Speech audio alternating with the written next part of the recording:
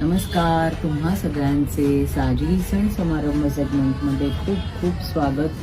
सण समारंभ अंतर्गत आम्ही आमचा नवरी सजली महोत्सव 12 डिसेंबरपासून सुरू करतो आहे. हे आमचं 7वं वर्ष आहे आणि ह्यामध्ये तुम्हाला काय काय इकडे येऊन खरेदी करता येणार आहे हे दाखवण्याकरता हा व्हिडिओ आहे.